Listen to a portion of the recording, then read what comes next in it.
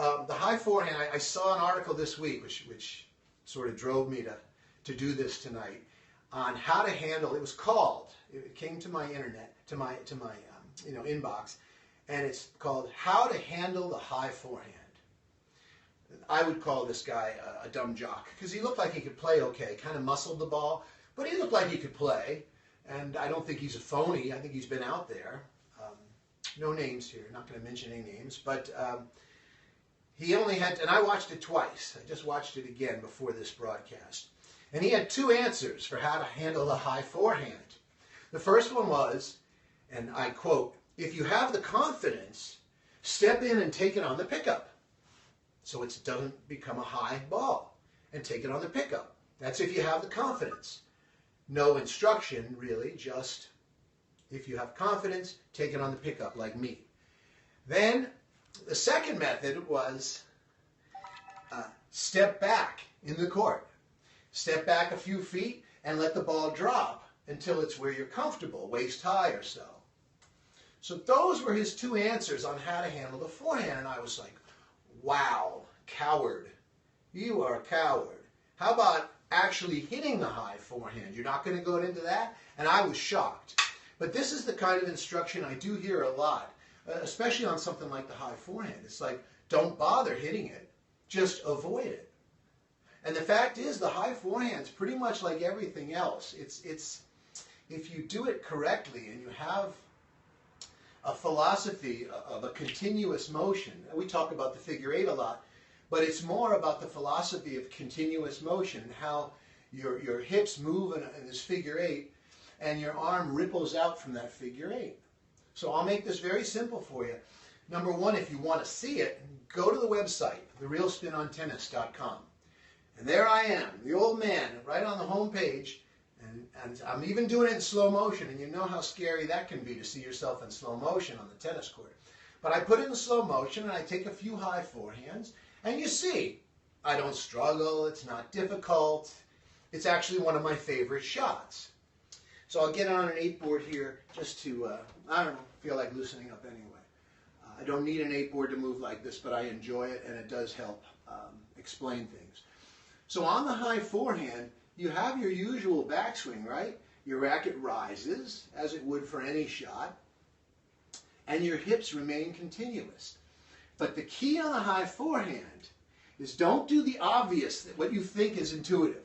Don't come down on the ball like you want to hit down on it. That's just failure waiting to happen. Don't do that. And don't try to swing fast. You know, they talk about shoulder rotation, which is really missing the boat, right? Everyone's talking about shoulder rotation and racket head speed. Well, those are the 2 killers on this shot. It's a silly, silly thing to say. If you rotate the shoulders, that's the tail wagging the dog. You know, this isn't the center of my body, right? This, my dantian, my hips, this is the center of my body. See, my hips can move and the shoulders catch up in both directions. So when you see that high ball coming, just turn your hips as you normally would, right? Turn your hips on the high ball. Your racket slowly starts to, right, concaves a little bit. See how it drags? And then turn your hips in the other direction. And don't try to get through the shot quickly. That's the key. Everyone thinks they want to get rid of this shot. No. What I do on this shot is I rotate in and out of the shot, and I try actually to keep my racket face moving slowly out towards the hit like this. So I coil up, and as I come back into the court, my racket goes from concave to convex. And instead of racket head speed, which is one of the dumbest things people say, and everyone says it, you want to press air into the ball. That's where the pace comes. There's power in the ball. I was just telling someone today over coffee, there's power in the ball itself, right? There's pressure in the ball. So if you get a nice press on the ball, and there's pressure in the strings, right? 50, 40, 60 pounds, plenty of pressure here. So if this big body's moving, and that, 6 ounce, 2 ounce ball, that little thing, if you press the air into it correctly, and you get the nice sweet spot of the racket, and everything works, you actually take your time getting through it. You'll see on the video on my homepage, realspinontennis.com, you'll see I don't speed up. If anything, I stretch out and stay convex. See, I'm concave. I stay convex as long as I can and stretch out to the 45-degree angle. My arm's almost straight. And I try to get through this shot slowly. And of course, if I get way out to the hit, it'll vanish very quickly. But go into it slowly. Don't try to get racket head speed. Okay, that is the kiss of death on this shot. Just get a nice hit on the ball, nice pressure in the strings, and a good press of the air into the ball. And that's it. It's really quite simple. Like I said, take a look at the video on my site, and you'll see. It's quite an easy shot. You don't have to look like you're struggling. You're not weak, right? Because you're not trying to muscle it with your arm or your shoulder. It's all coming from the lower body. Like I tell the kids, you know, there's two ways to get an apple from the tree. You can climb up the tree and break your neck, or you can shake the bough of the tree. And that's what this hip rotation does, right? You shake the bough of the tree, and the racket head with this small figure eight in here, continuous motion, makes a larger figure eight up here at the racket head. Okay, so that's how you handle the high forehand. You don't avoid it, and you don't take it on the pickup and run back into the court. Okay, don't be a chicken. Take the shot. Enjoy the shot. It's a wonderful shot. I love the high forehand. I love the high backhand too, but we'll talk about that another time. So anyway, beware. Be very wary of those four tennis pros, okay? And all these buzzwords like racket head speed and kinetic chain. It's a crock, right? They know you don't know anything. They know you're desperate to play better, to coach better. They know that. So they throw a bunch of stuff at you, like racket head speed, things that you really won't challenge. Challenge it, trust me, because they couldn't be further from the truth. They're like on the wrong track, you know. They missed the boat, so to speak. Anyway, once again, I want to thank everybody. You've been great. All the emails, people buying 8 boards. By the way, if you buy an 8 board, you should get at least the introductory course, because the board is not the magic pill.